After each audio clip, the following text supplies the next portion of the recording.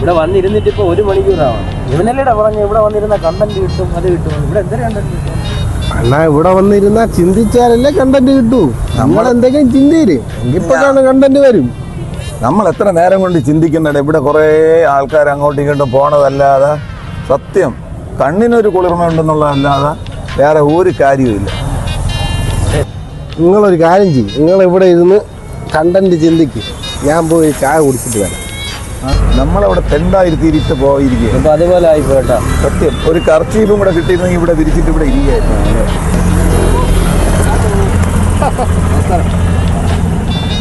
ആരുടെ ആടാ ബ്രോ എന്നെ മനസ്സിലായ? എന്നെ മനസ്സിലായ? ഇല്ല ഇല്ല മനസ്സിലായല്ലേ? അത് ഞാൻ കോമഡിയിട്ടൊക്കെ ഉള്ള ആളാണ്. ഞാൻ ഇപ്പോഴീ അമേരിക്കൻ പ്രോഗ്രാം കഴിഞ്ഞ് വരുന്നേ ഉള്ളൂ. ഓഹോ, ജപ്പാനായിരുന്നു. അത് കഴിഞ്ഞിട്ട് ഇപ്പോൾ 2 ദിവസം ആവാതെ പറ്റില്ല. ഓഹോ, നിങ്ങൾക്ക് വേണമെങ്കിൽ നിങ്ങളുടെ ചാനൽ ഈ സംഭവം എൻ്റെ കണ്ടന്റ് വേണമെങ്കിൽ നിങ്ങൾക്ക് ഇടാം. കാരണം നിങ്ങളൊരു കലാവാസനുള്ള ആൾക്കാരാണ്. നമ്മുടെ ചെറിയൊരു ചാനലാണ്. കുഴപ്പമില്ല, നിങ്ങൾക്ക് ഇതിലൊരു നിങ്ങൾക്ക് അത് ഭയങ്കര പച്ച പിടിക്കും. ആദ്യമായിട്ട് മധു നീലേ നീ പോയോടി, നീ എവിടെ പോയത് നീലേ. ഇനി അടുത്ത സെറ്റപ്പെട്ട് പിന്നെ നസീർ നീ പോയി ഞാനിവിടെ. അത് ഒരു രക്ഷയില്ല കേട്ടോ. ഇത് നിങ്ങളെൻ്റെ ഈ രസിച്ചിരിക്കാതെ ഇതുകൂടെ പിടിച്ചെടുക്കും. നിങ്ങൾ ആ ചാനലിട്ട് വേറെ ലേക്കണ്ടേ?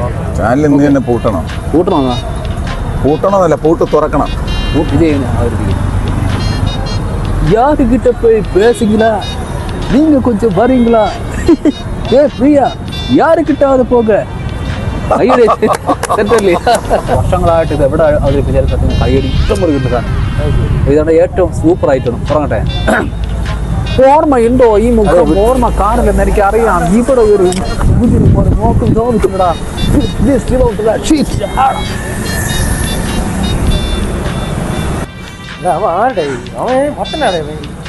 എനിക്ക് തോന്നണം അവനോ മുഴുത്ത സംഭവമാണ് കേട്ടോ. എന്താ എന്താ ഓടി തള്ളിയിരിക്കുന്നത്? കണ്ടന്റ് കിട്ടിയല്ലേ? ഒന്നും പറയിപ്പിക്കരുത് നീ. അവിടെ മര്യാദയ്ക്ക് നിന്ന് നമ്മളെ വിളിച്ചോണ്ട് ഇവിടെ കൊണ്ടുവന്ന് ഇരുത്തിയിട്ട് അല്ല പ്രാന്തന്മാരെ മുമ്പ് തിന്നായിട്ട് കൊടുത്തിട്ട് നീ രക്ഷപ്പെട്ടല്ലടാ. എന്ത് പറ്റേ